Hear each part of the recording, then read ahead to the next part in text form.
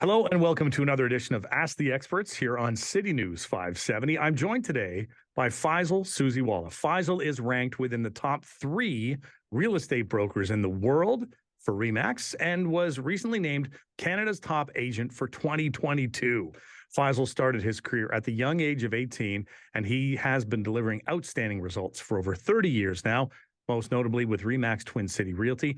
Faisal is here today to talk everything from Greenbelt conversions to extending amortization rates. How are you, Faisal? I'm very well, thanks, Brock. How are you? I'm well as well, enjoying this beautiful weather out here. And welcome back to the show, listeners. If you are interested in any of the information we discuss over the next hour, please reach out to Faisal. You can start your journey at homeshack.com. You can call him directly, 519-624-5555, or email Faisal@homeshack.com. Faisal, if we get started and we jump right in 2 feet, what happened in the first quarter, and where do you think we're headed this year? Well, the first quarter has been very, very strong. I think it was just a matter of people getting tired of sitting on the sidelines, nothing really happening. Inflation started coming into control. We saw a real low point September, October, November of 2022. And then by December, we started seeing some hope with the freeze on the interest rate hikes. That's right. As soon as we had a few consecutive freezes on the interest rate hikes, we saw that people started getting that confidence back in. And ultimately, they decided that sitting on the sidelines may not be the answer. So let's hop back in. And a lot of it is just herd mentality. If you're not doing it, I'm not going to do it. Oh, you're jumping in, I'll jump in too. I've always preached going against the grain, going against the crowd, and sort of paving your own way, because when everyone is exiting, that's probably a good time to buy, right? And not everyone buys into that theory, but it's certainly worked for me in my real estate acquisitions. And throughout last year, when I was on your show, I was continuously saying that sitting on the sidelines is probably not a great idea. We did that chart and we talked about how, yes, interest rates are up, but if you look at what the prices have done, so interest rates may have gone up 2%, 3%, but Right. prices went down 30%. So your actual monthly payment, let's say you were able to afford $3,500 a month, it would have bought you $1 million home in the peak of the market when the rates were low. Now that would have bought you, say, $785,000 worth of home, but your payment didn't change as a result of the fact that the price of the home matched your payment, even at a higher interest rate.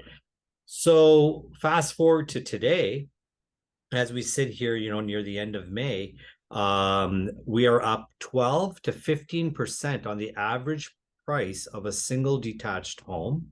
We're seeing multiple offers back into play.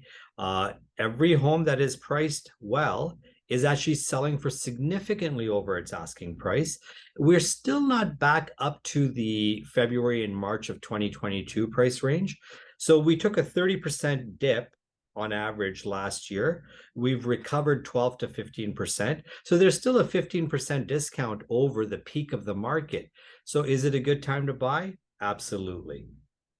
And you bring up a good point, that idea of if we compare it to February of 2022, sometimes that's not really even a fair comparison, is it? No, not at all. It was just it was sort of the wild, wild west, literally, of the real estate business. And it's like something we've never seen before. We hadn't seen 60% appreciation in real estate values in 15 years. And we Mm. saw that in a short period of time, like literally in 2 years during COVID, we saw a 60% escalation in values. And it wasn't a sustainable growth, but it was also a necessary situation, given the fact that we were in COVID, this whole deurbanization movement, interest rates had dropped significantly, lowest in historically, anyways, and now we're seeing a lot of adjustments happening. But let's not forget, regardless of what the interest rates do, what inflation is doing, what the market is doing, we have a massive shortage of housing in our region specifically. So we need 80,000 homes in the next 7 years. And that is going to be the catalyst for continuous appreciation in values, it's supply and demand. It's pretty simple formula. There's not enough supply, lots of demand. Prices will continue to rise regardless of what interest rates do. And you bring up that other point as well too, and it taps into exactly what you're talking about, the fact that we do have this massive shortfall, and you are seeing, as you said, multiple offers, and that's something that maybe had died off a little bit, but now it's coming back, isn't it?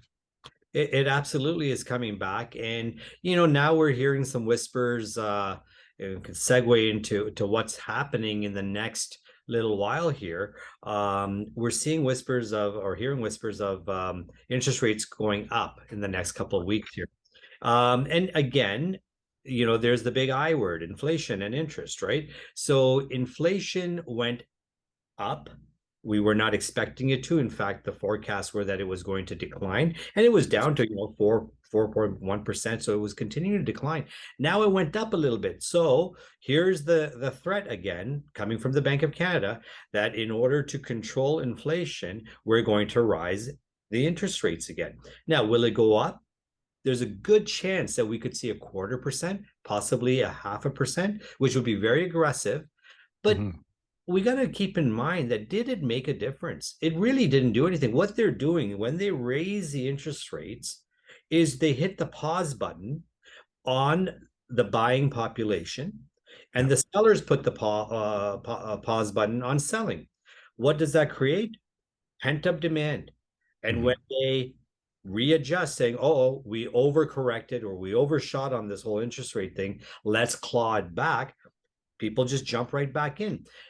There has to be a different solution than just adjusting interest rates in order to create this inflation correction. And what my recommendation has been is get that supply chain situation under control, get materials affordable, get the labor back into the marketplace. It's hard to find trades. Builders are not going to build if they can't find trades. If their construction costs are being prolonged, they're better to pause, just like everybody else has been doing, until such time that there is a correction in the market value. And that's where demand on consumer goods went down, so prices started coming down, helping the whole inflation situation. But the Bank of Canada seems to think that every time they raise the interest rate, it's going to correct the inflation. Well, I think it's just artificial correction that's happening, and people are just pausing, and they're not going to buy as a result of that. But again, I go back to the buyers and say, don't look at the interest rates. Prices will always match your payment. So regardless of where interest rate is, don't get hung up on that. And to sellers who are thinking about selling their home this year, I would argue that the next 60 days are going to be very, very crucial, because as long as the interest rates remain fairly low, which is, a 3-year rate is around just under 5% right now. So maybe don't lock in for a 5-year, lock in for a 2-year or a 3-year rate. And play that market, but get into the market. And for sellers, it's a really good time to consider putting your home on the market before the renewals come in September, where the rates are going to be jacked up and people are going to start having trouble keeping up with their mortgage payments. So we've got that sort of 60-day window. If we jump forward and we take a look at the end of 2023, what do you, if you're looking in your crystal ball, what do you see happening by the end of the year? Where will we be? Well, I certainly see a softening in the market. Just like typically speaking, the fall market always slows down. Our demand in this region comes from the GTA.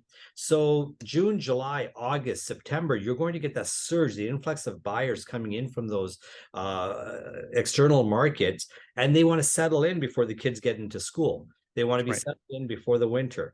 So we're going to see that peak happen just right now, May, June. Part of July, we're going to see a peak happen. September, two things happen. The demand decreases because we don't have people relocating outside of the region at that time. But this year specifically, we got to go back 5 years to 2018. In 2018, people were getting mortgages at 2.8, 3.2, 3.5%. Their 5-year mortgage renewals are going to come up in August, September, because that's when they moved into their home. That's the time of reckoning. That's when we will see what the fallout is going to be on not just people renewing their mortgages, but sadly, the government assured all of us 2 years ago that their interest rates are going to remain low. They didn't. They went up. They went up seven times. So the an open mortgage or a line of credit on a home line of credit is 7.2% right now. All of those folks that got their homes for $400,000 and $500,000 back in 2018, in 2021 enjoyed the appreciation at $1 million for the same home. So what did they do? They went to the bank. They got 80% financing on that money. Now they have a home line of credit sitting at 7% interest. Right. That's all going to get wrapped into one big mortgage come July, August, September.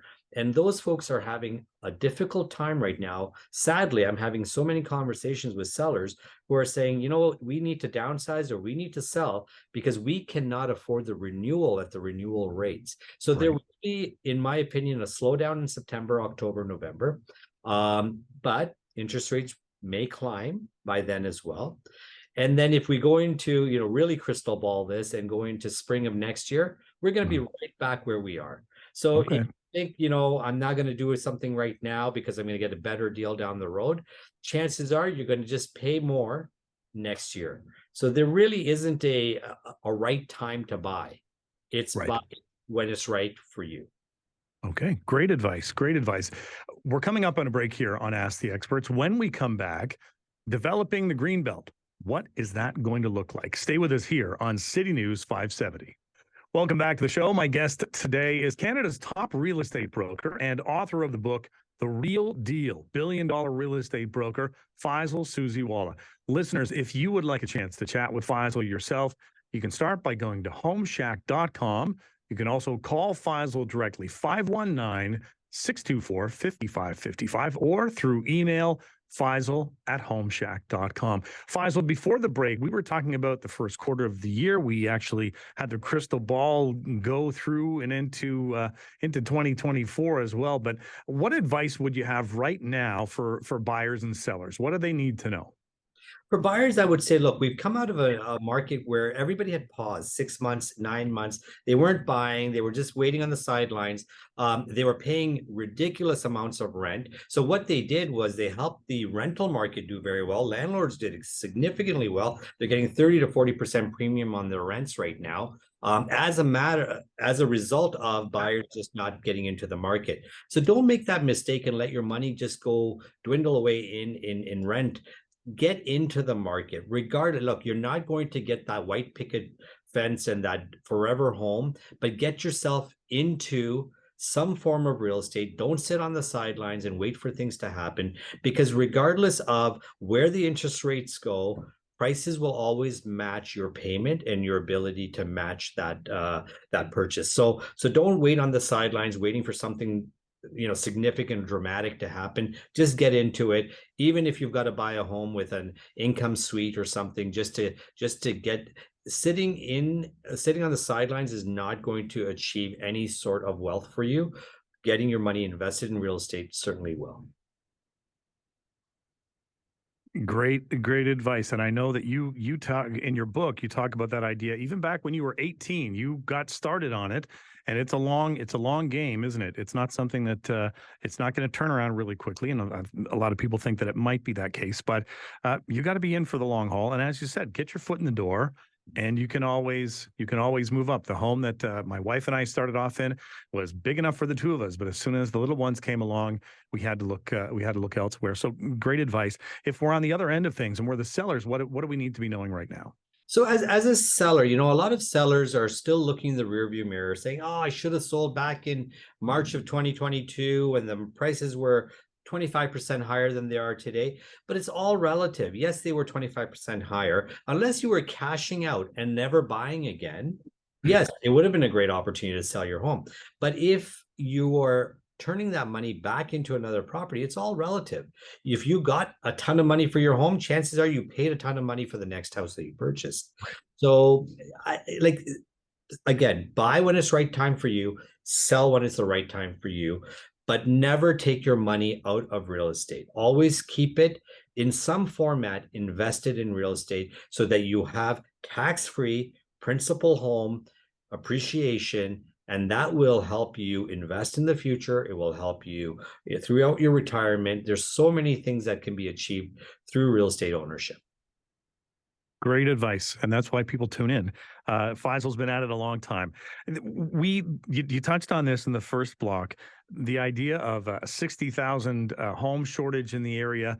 We know that the provincial premier, Doug Ford, he's been making headlines lately around converting parts of the Greenbelt in order to develop more homes, obviously. What are your thoughts when we're looking at the Greenbelt and the decisions that they're making right now?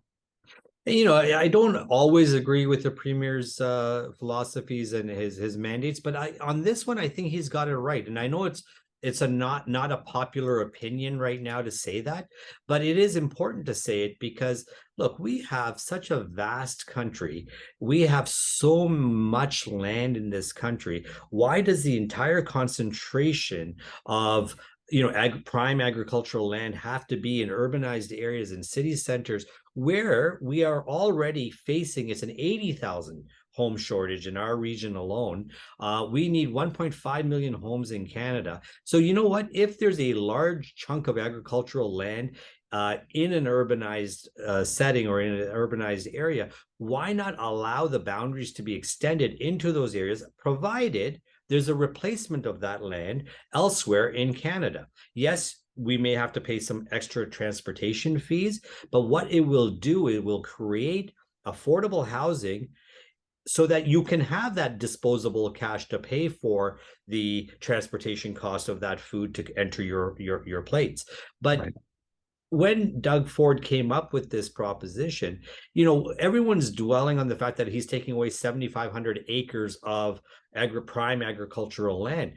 What they're not mentioning is that he's added 9,500 acres in other areas. Right. So there's still a net gain of 2,000 acres of land that's being added. So it's very easy to criticize when you don't know the entire picture. And I'm certainly not claiming to say I know the entire picture, but I'm saying from a practical perspective, it makes sense that if you drive out 10 minutes from the urbanized boundaries of Kitchener, Cambridge, Waterloo, Guelph, there's tons and tons of land. And you look at this land and, there's crops on them. And you look at this land and you say, why are we congesting ourselves, putting ourselves in these tight 1-bedroom, 550 square foot, when there's all this land here that we can expand onto?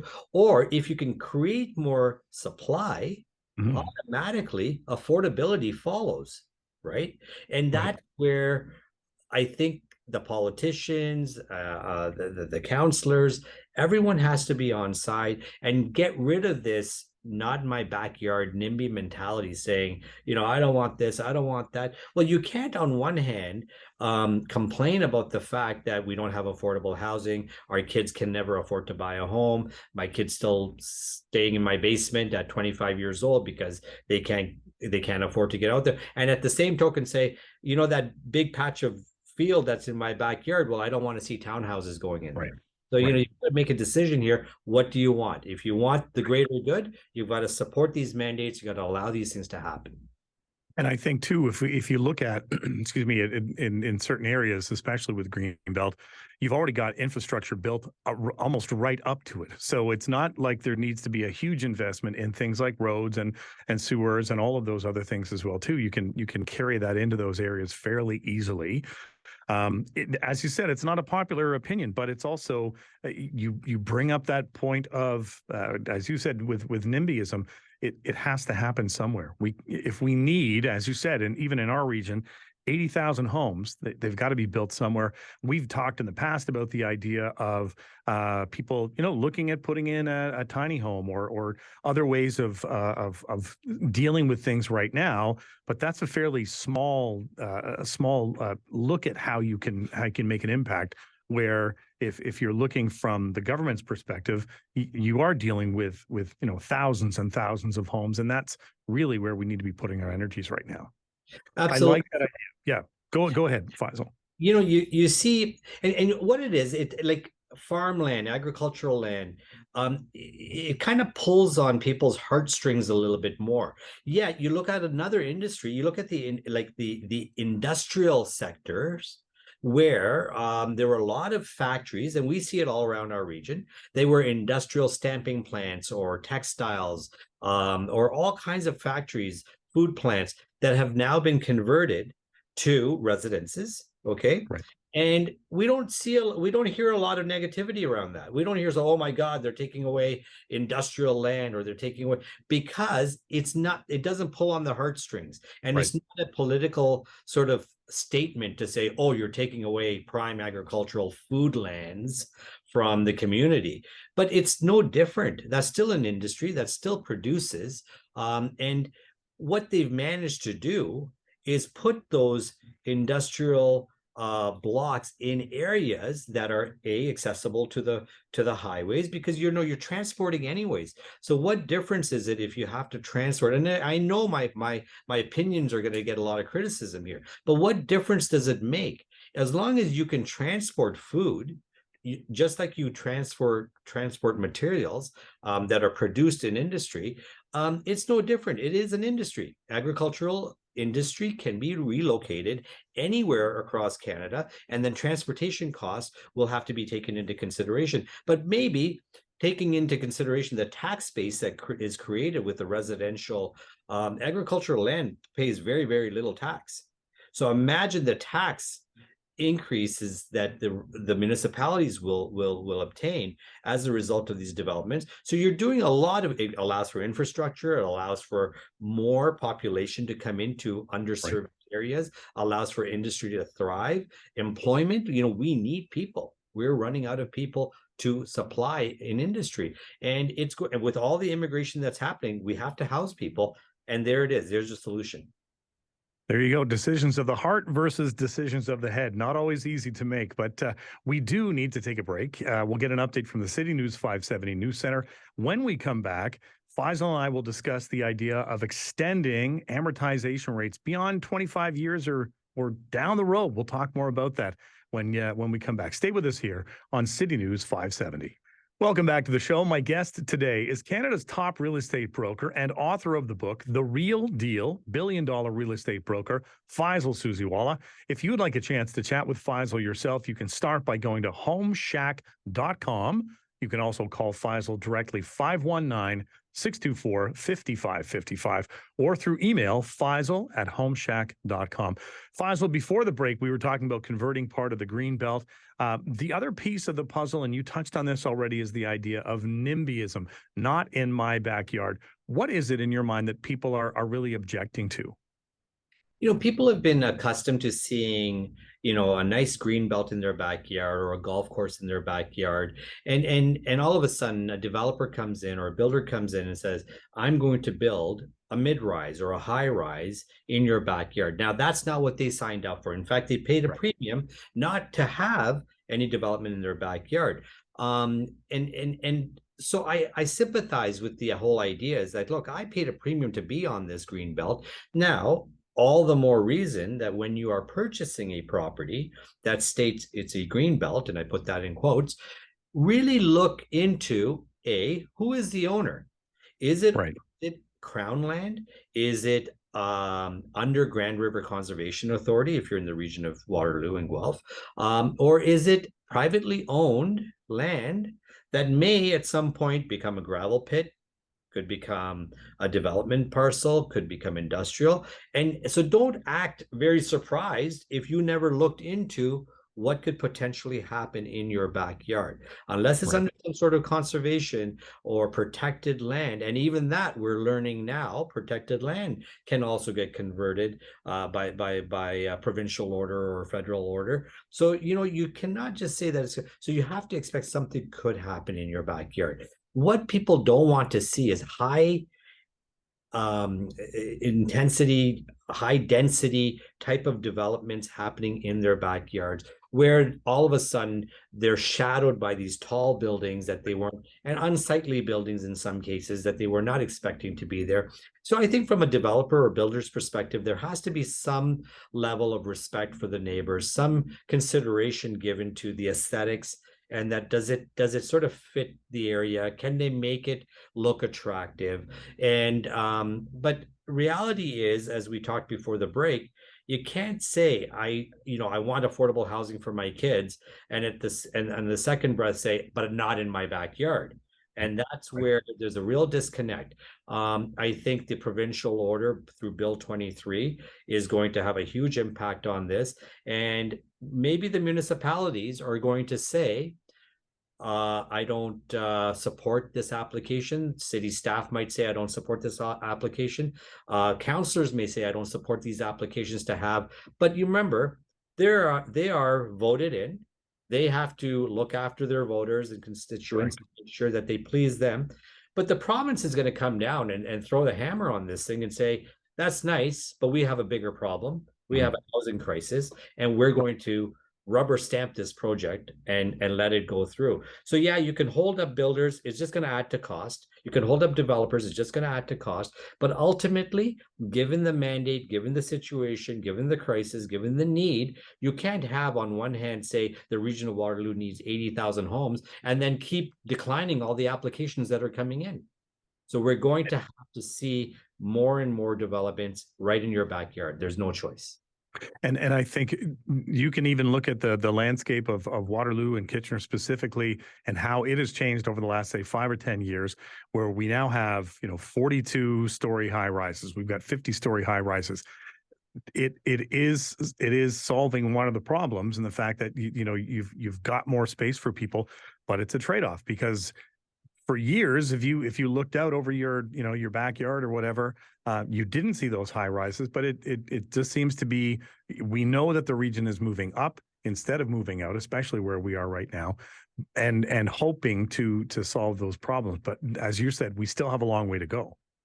Absolutely. And I think from the, like, as I said, from the developers and builders perspective, as long as they can complement the existing neighborhood, offer some nice amenities, make it a nice looking, aesthetically pleasing development that complements the existing dwellings that are there, maybe not tower over them, and create some sort of a buffer landscape. There's so many different ways of making a development look nice and still be able to blend in and still achieve the quota or the density that they want.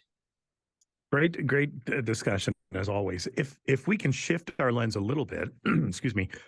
Another topic that's come up lately: amortization rates being extended beyond 25 years for home buyers.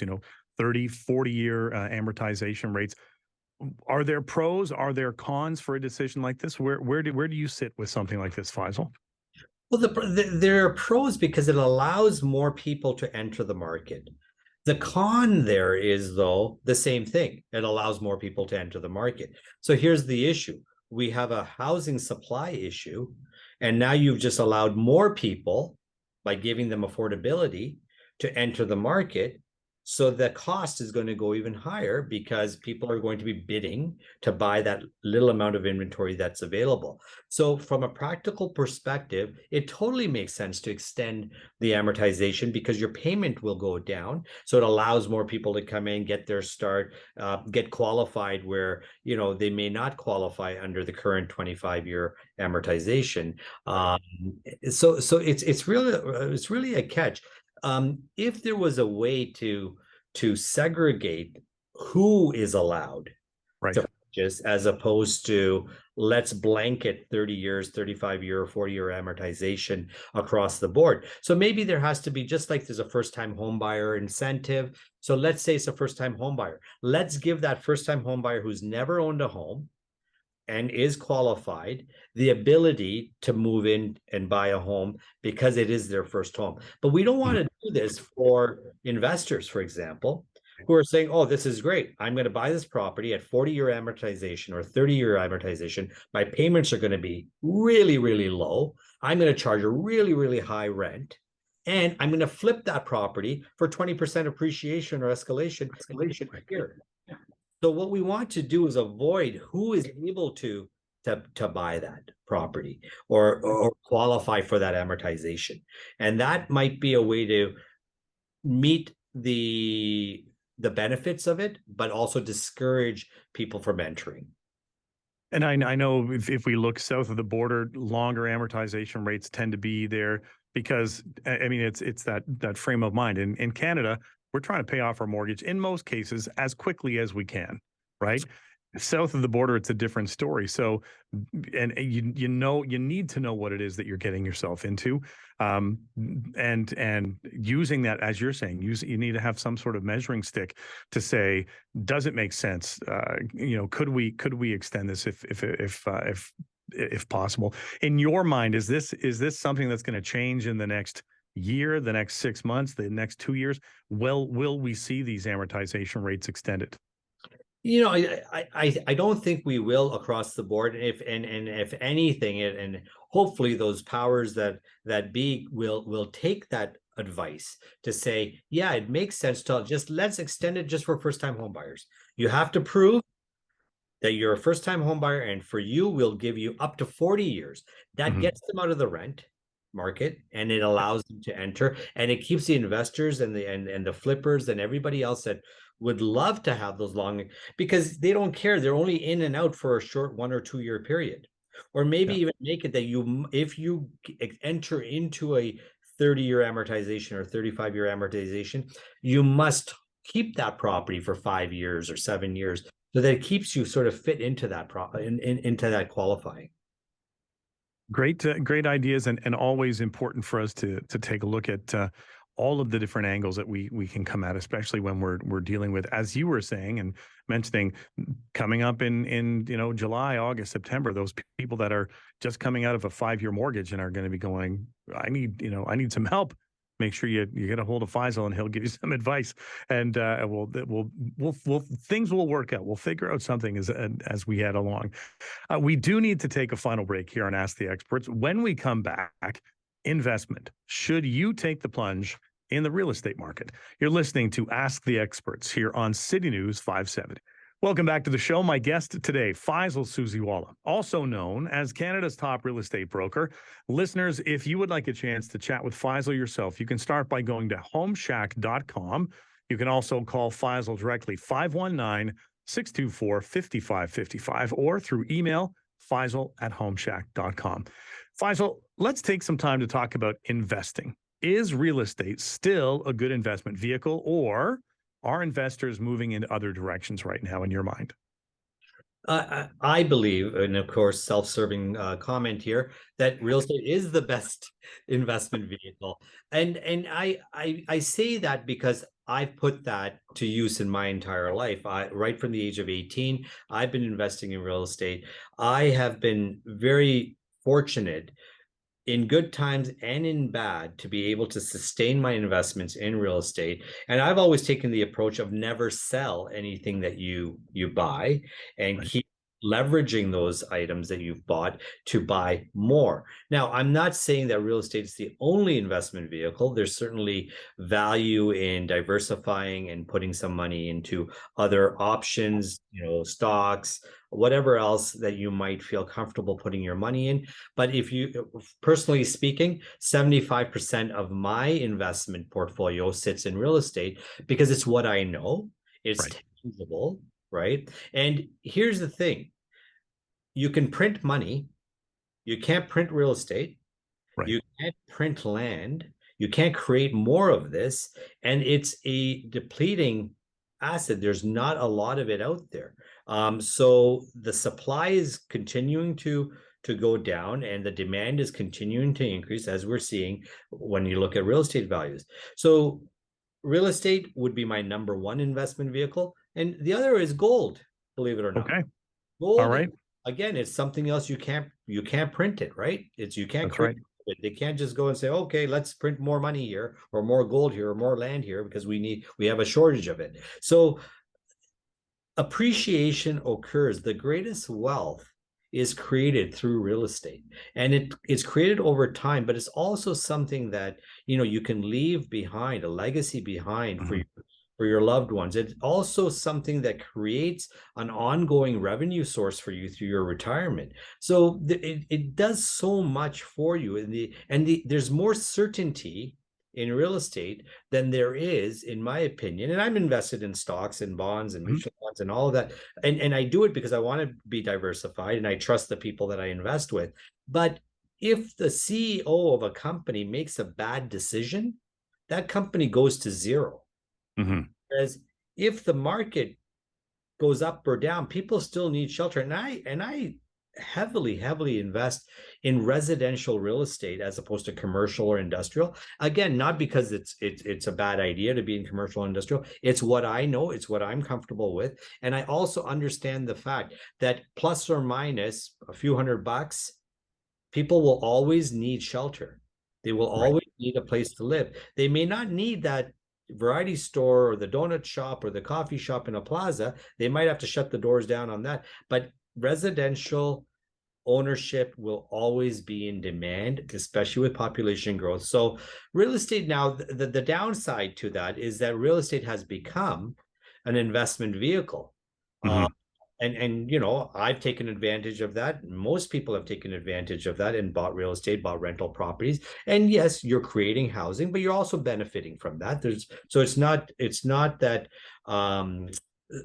there has to be some sort of responsibility here, where, okay, and again, not a popular opinion, but if you're an investor, the government is already taxing you heavily right now. If you're flipping, they're taxing you as if it's income because you're a flipper, not a capital gains. So there's a lot of that type of thing that has come into play, and there's a lot more monitoring on real estate as an investment vehicle. But if you're buying and holding, there's a lot of value to that. If you're buying and flipping, I'm not a big fan. I don't really even work with short-term buyers that are just like, hey, get me a deal. I want to flip a house. I want to make a quick buck. I'm not interested. I'm interested in those people who genuinely want to buy real estate, hold on to that asset, create generational wealth, create a portfolio that they can A, live off of, and B, leave behind for their loved ones when they're gone. You talk about that idea, and you've mentioned it before, this idea of a legacy, and I think that's extremely important. And if we and I give you a chance to chat a bit more about your book right now, The Real Deal, $1 billion real estate broker. You've got a copy of it there with you. I do. Shameless plug here. Is that your legacy? Is that, I know we've talked in the past about, you know, the whys and the hows and all of those kinds of things, but here's your chance. That book could be your legacy to say to other people, this is how I did it, and I've been successful. And you can follow along, because you also talk about in the book, there were pitfalls, there were stumbles along the way, and the one key thing that we know is that we have to learn from our mistakes. How would you describe how important that book is to what you do on a daily basis? So the primary focus for me to write that book was, and the reason I wrote it was a legacy for my children. And we're in this day and age where we don't sort of sit down with our kids and say, here's what I did in my life, but it's also a roadmap, and it shows that failure is okay. I failed a lot. I went bankrupt at the age of 19, and I'm not embarrassed of that. I've learned from that. I learned not to do in order to put myself in that position again. But it also shows that no matter what life hands you, there is always a way out of it. There's always a brighter side. There's always tomorrow. You can always pick up on those experiences, and I don't look at those things as failures. I look at those as experiences that have helped mold me into better decision making to be able to create generational wealth now, and lessons and I wanted to basically journal the lessons of my life, the mistakes that I made, the experiences that I had, what I learned through that journey.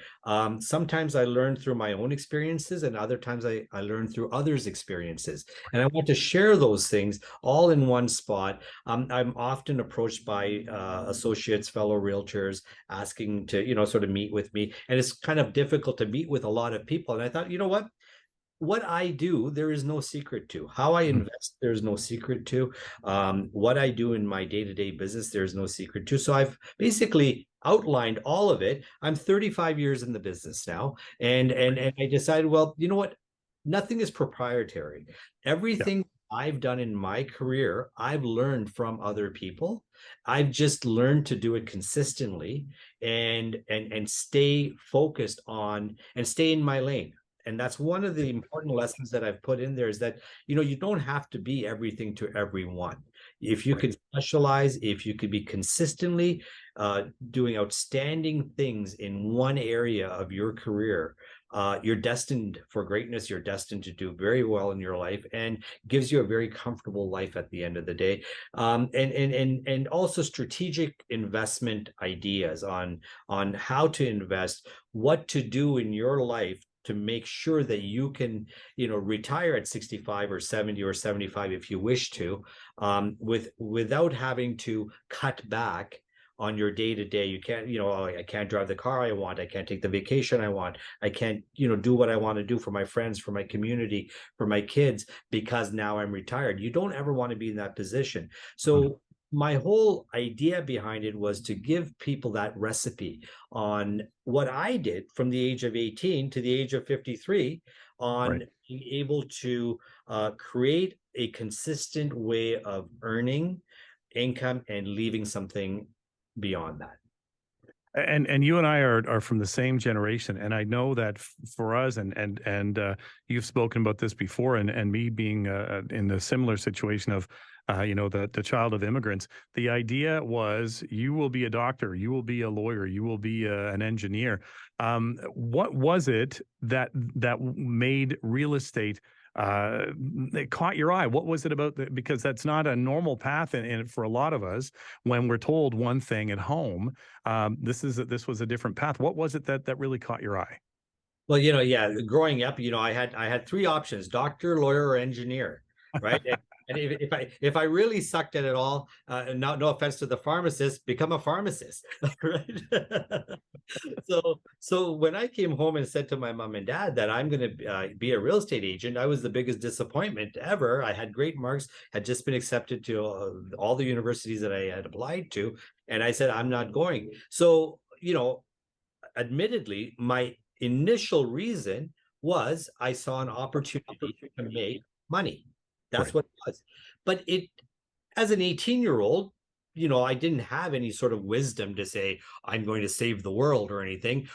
It was just, where do I make a lot of money? And seeing my parents struggle, and being an immigrant family, and knowing that everything was very difficult and there was never enough money for luxuries or trips or any of that, I wanted to break that sort of cycle. I wanted to do something different. And just as luck had it, in my first 2 months of being in real estate, I had great success as an 18-year-old kid Right. who was still in high school. I was able to pull off some really large deals. And in those days, where the average price of a home was $80,000, in the Mhm. first 2 months, I had sold $2 million worth of real estate. Wow. And Wow. and the and it was just like, wow, this is crazy. If I can do this well, this is back in 88 and 89. Now, of Yeah. course, I had no idea that 1990 and 91 recession would hit, Right. and it wouldn't be so beautiful out there anymore. And that's when I went through some tough times, but persevered and tried to navigate through those tough times. And that's a lot of what I've talked about in my story. But what really kept me in the business was my passion, my joy, the ability to help people create wealth, get their first home. And for the first 2 years, I wasn't selling a lot of homes.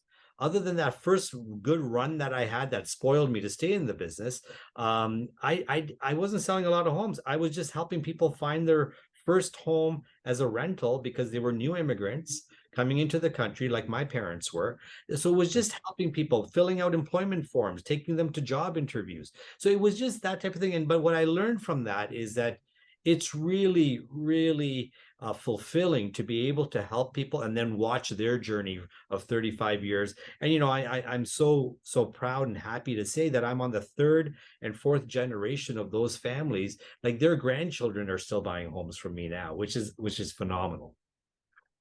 That we're going to end on that because that's amazing. Faisal, I want to thank you for coming on the show again. Always a pleasure to chat with you. We always learn something new as well, too. Thanks again for giving us some of your time today.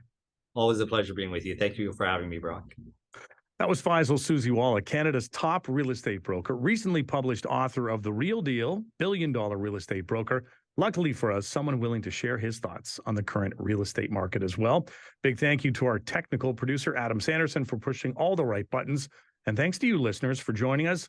You've been listening to Ask the Experts here on City News 570.